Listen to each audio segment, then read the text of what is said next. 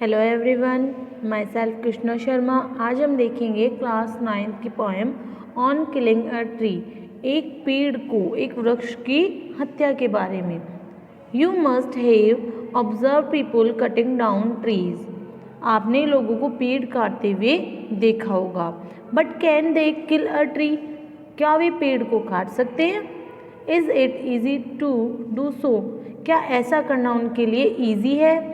Let's read the poem and find out what the poet says on killing a tree. अब हम ये poem है वो read करेंगे और पता लगाएंगे कि कवि जो इसके पोएट हैं वो पेड़ काटने के बारे में क्या बताते हैं। ओके, स्टार्ट करते हैं। It takes much time to kill a tree. एक पेड़ को, एक ट्री को काटने में, उसको किल करने में बहुत टाइम लगता है। नॉट ए सिंपल जेब of the knife will do it. और एक धारदार हथियार, नाइफ से मतलब ये नहीं है कि चाकू है, ठीक है। यहाँ पे नाइफ से मतलब है हथियार, जिसमें क्या लगी हुई है, धार लगी हुई है। उसका एक प्रहार, एक साधारण सा प्रहार में से उस पर एक अटैक ही उसको नहीं काट सकता है, नहीं मार सकता है। It has grown slowly consuming the earth. ये क्या करता है, धीरे धीरे, स्लोली, धीरे धीरे धरती से, अर्थ से क्या करता है, जो अपना पोषण लेते हुए ये बड़ा होता है। Rising out of it means ऊपर की ओर बढ़ता है। Feeding upon its crust. और जो उसका क्रस्ट है मीन्स जो उसका बाहर का हिस्सा होता है, कठोर हिस्सा होता है, उससे वो क्या करता है, अपना भरण पोषण करता है। अब्जॉर्विंग ईयर्स ऑफ सनलाइट, वह कई सालों से अब्जॉर्व कर रहा होता है क्या, सनलाइट, धूप, एयर, हवा, water, okay. And out of its lepers hide sprouting leaves. और जो उसका बाहर का जो मटमेली छाल होती है उसकी, ठीक है, यहाँ पर जो लेपोस आया है उसका मीनिंग है मटमेली छाल, ठीक है। तो उस लेपोस होते हैं, उससे वो क्या करते हैं, उसमें से धीरे धीरे क्या निकलती है, स्प्राउटिंग लीव्स मीन्स उसमें से जो उसकी लीव्स हैं, पत्तियां हैं, वो बाहर निकलती है। ओके, इस स्टांजा में ये बताना चाह रहे हैं पोएट कि जो पेड़ है, ट्री है, उसको काटना आसान नहीं है। चाहे आप कितने भी, जो आपका जो हथियार है, नाइफ है, उससे आप कितना भी उस पर वार करो, एक बार में वो नहीं कटेगा। रीज़न है क्योंकि वो कई सालों से, ठीक है, कई सालों से धीरे धीरे अर्थ से अपने जो ये ऑब्जर्व करना है, फीडिंग है, वो सब ले रहा है। मीन्स अपना भरण पोषण धीरे धीरे कर रहा है। मीन्स जो उसकी ग्रोथ है वो क्या है, धीरे धीरे हो रही है, कई सालों से हो रही है। तो उसको आप एक झटके में नहीं काट करके मार सकते हो। ओके, नेक्स्ट स्टांजा देखते हैं। So hack and chop but this alone won't do it.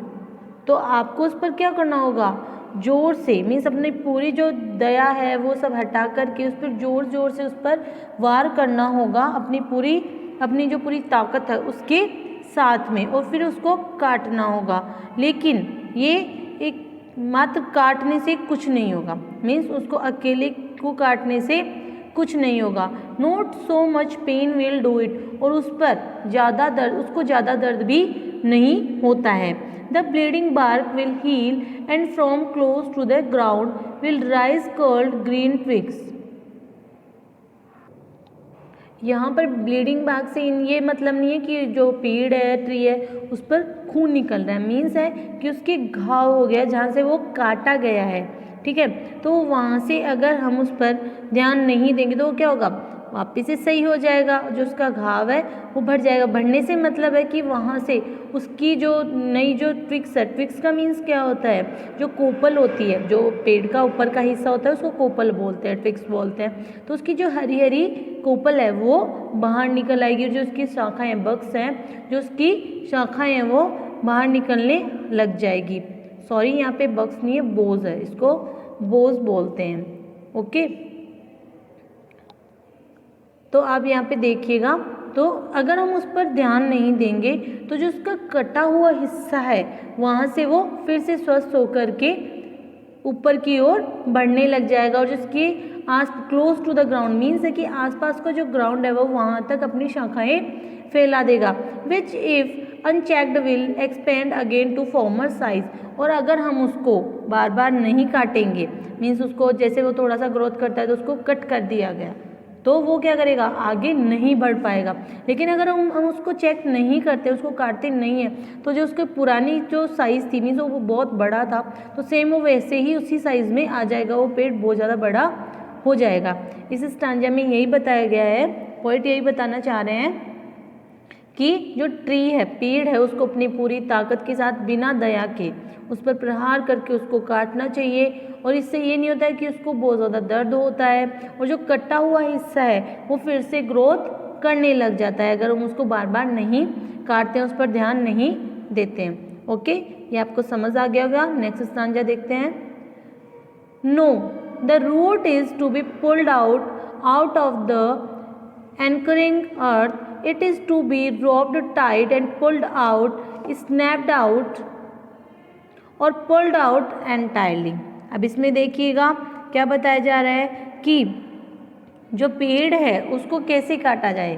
तो उसको जो जैसे कि एंकरिंग अर्थ मीन्स होता है कि जो ये जहाज होते हैं बड़े बड़े, इनको हम जब मीन्स किसी चीज़ से बांधा जाता है तो उसको जब धरती जो अर्थ है उसके अंदर तक लगाया जाता है। सेम ही क्या होता है, पेड़ की भी वही साइज़ होती है कि उसको भी अंदर तक वो रहता है, उसको ऐसे ही नहीं उखाड़ा जा सकता है। तो इसने बताया है पोएट ने कि आपको उस पर रस्सी से उसको टाइट बांधना होगा, फिर उसको अपना पूरा जोर लगा करके उसको खींचना होगा, तभी एक पेड़ क्या होता है, मरता है, मीन्स वो किल हो जाता है। उसको पूरी तरह से ऐसे ही मार सकते हैं। तो यहाँ पर पोएट बता रहे हैं कि जैसे कि एंकरिंग अर्थ है तो उसके अकॉर्डिंग हमें क्या करना होगा, जो पेड़ है उस पर रस्सी बांध करके उसको खींचना होगा। आर पुल्ड आउट एंटायरली, और जो पेड़ है उसको जो पृथ्वी है, अर्थ है, उसने टाइट क्या कर रखा है, जकड़ रखा है, पकड़ रखा है। जैसे कि जो जहाज है उसको रोकने के लिए जो पकड़ के रखते हैं, रस्सी वगैरह लगा के रखते हैं, तो वैसे ही सेम क्या होता है कि उसने भी पेड़ को पकड़ रखा है अर्थ ने, आउट फ्रॉम द अर्थ केव। और जब हम उसको खींचेंगे तो जो अर्थ केव है, मीन्स जो धरती की जो गुफा है, उससे बाहर निकल आएगा।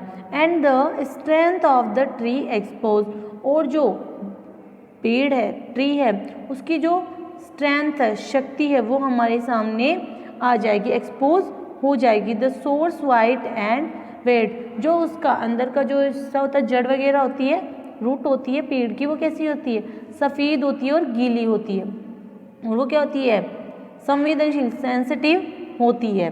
तो जो उसका हिस्सा है वो हमारे सामने बाहर आ जाएगा। Hidden for years inside the earth, जो कई सालों से क्या था, धरती के अंदर, अर्थ के अंदर छुपा हुआ था।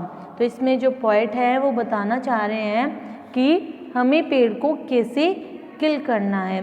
तो किल कैसे करेंगे, जो जहाज़ वगैरह होते हैं वो जैसे बंधे हुए होते हैं, जिस चीज़ से बंधे हुए होते हैं, एंकरिंग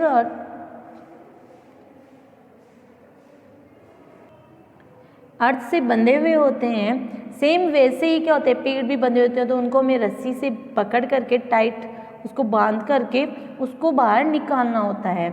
और तभी क्या होते हैं, जो पेड़ है रियल में वो क्या होते हैं, किल हो जाते हैं। और जो उनकी स्ट्रेंथ है, जो उनकी शक्ति है, वो हमारे सामने एक्सपोज हो जाती है। उसका अंदर का हिस्सा है, रूट कैसी होती है, वाइट एंड वेट, सफ़ेद और गीली, तो वो भी हमारे सामने एक्सपोज हो जाता है। और जो कई सालों से वो अंदर था, जो अर्थ है उसके अंदर था, तो वो भी हमारे सामने आ जाता है। अब हम नेक्स्ट स्टांजा देखते हैं, जो हमारा लास्ट स्टांजा है।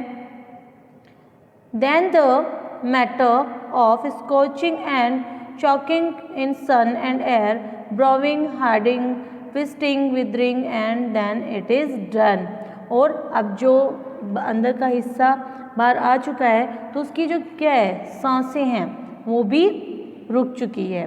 अब वो सांस कहाँ से लेता है, अपने रूट से ही तो लेता है, रूट से तो ग्रोथ करता है, ठीक है। तो जो सूरज की धूप है, यहाँ पे सन एंड एयर लिखा हुआ है, तो जो सूरज से जो धूप आ रही है और जो हवा है वो उसको क्या कर देगी, ब्राउनिंग मीन्स क्या होता है, उसको भूरा कर देगी। मीन्स वो पहले कैसा था, वाइट था, तो वो उस धूप से और हवा से कैसे हो जाएगा, ब्राउन कलर का हो जाएगा, ठीक है। हार्डनिंग मीन्स वो एकदम कठोर हो जाएगा। अगर वो पहले अंदर था तो क्या था, थोड़ा गीला था तो लचीला टाइप था, ठीक है। लेकिन अब वो बाहर जैसे ही आएगा तो हवा और धूप से क्या हो जाएगा, हार्ड हो जाएगा। ट्विस्टिंग मीन्स क्या है कि वो थोड़ा ट्विस्ट लिए हुए, जिसको हिंदी में बोलते हैं ऐंठना, ठीक है। तो ट्विस्टिंग लिए हो जाएगा। विदरिंग मीन्स होता है मुरझा जाना, मीन्स अब उसमें क्या होगी, कोई भी मीन्स उसमें लाइफ नहीं रहेगी, पेड़ की लाइफ है वो ख़त्म हो चुकी है तो क्या होगा, उससे मुरझा जाएगा, ठीक है। And then it is done, और अब इसका मतलब है कि जो पेड़ है वो मर चुका है, उसका अंत हो चुका है। इस पोइम के जो पोएट है गिव पटेल, वो क्या बताना चाह रहे हैं कि किस तरीके से पेड़ को मारा जा सकता है, ठीक है। तो इसमें बता रहे हो आपको, आई होप आप इसमें अच्छे से समझ गए होंगे। And thank you so much students.